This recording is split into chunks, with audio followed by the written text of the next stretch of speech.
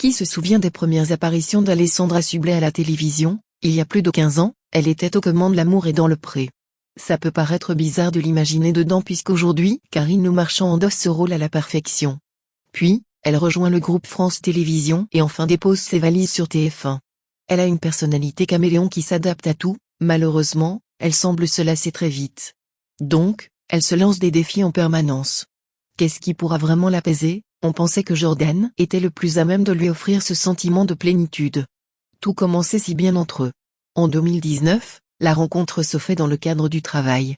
En effet, Alessandra Sublet doit rencontrer Michel Debouvry pour l'interviewer. Seulement, elle sera totalement captivée par le regard et la silhouette de Jordan Degaine. Depuis ce moment, ils vivent un conte de fées moderne. Comme toujours, dans ces belles histoires, il y a forcément des gens méchants. Dans ce cas, ça va limite plus loin puisque ce sont les internautes qui ne comprennent pas leur relation et qui leur font la morale. En fait, c'est la différence d'âge fait la polémique. La journaliste essaie bien de se dédouaner avec l'humour mais ça ne fonctionne visiblement pas. Mais je n'ai pas voulu ça. Qu'est-ce que tu veux que je te dise? Je me retrouve avec un gars qui a 13 ans de moins que moi. Tu m'aurais dit ça il y a quelques années, je t'aurais dit non mais jamais de la vie, c'est une rencontre. Ils vont alors prendre une décision radicale. S'aimer plus que tout sans écouter les critiques, les envieux et tous ceux qui ne leur prédisent pas un long avenir. Pourtant, le critère que nous avons énoncé plus haut, est-il à l'origine de disputes?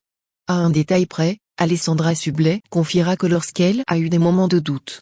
Quand tu te retrouves à te coucher le soir et que lui, il joue à Warzone, c'est sûr qu'il y a un petit décalage. Je suis au bout de ma vie. Et je m'endors et je me dis Alex, qu'est-ce que tu fais? Heureusement, ils n'ont jamais duré bien longtemps. Un autre détail qui peut causer des conflits, c'est la distance. On l'a vu. Le couple choisit de cloisonner leur quotidien pour éviter les réflexions des personnes mal intentionnées. Monsieur est sur Nice et Madame est en région parisienne. N'oublions pas qu'Alessandra Sublet a 2 enfants en bas âge et leur éloigner de leur géniteur n'était absolument pas prévu au programme. Alors, les kilomètres ont-ils eu le dernier mot? Depuis quelques heures, c'est l'effervescence sur les réseaux sociaux. Selon toute vraisemblance, les 2 amoureux ont décidé de mettre fin à leur belle histoire d'amour. Cette dernière nous précise que leur histoire tournait en rond. Donc, avant que cela se transforme en catastrophe, ils ont fait un choix. Ils se sont séparés en bons termes, avant que leur couple ne s'abîme. Ils sont hyper tristes de cette rupture, mais la tendresse est intacte. Donc, pas d'inquiétude pour les fans d'Alessandra Sublet, les assiettes n'ont pas volé dans la pièce. En tout cas, Alessandra Sublet est une femme réfléchie.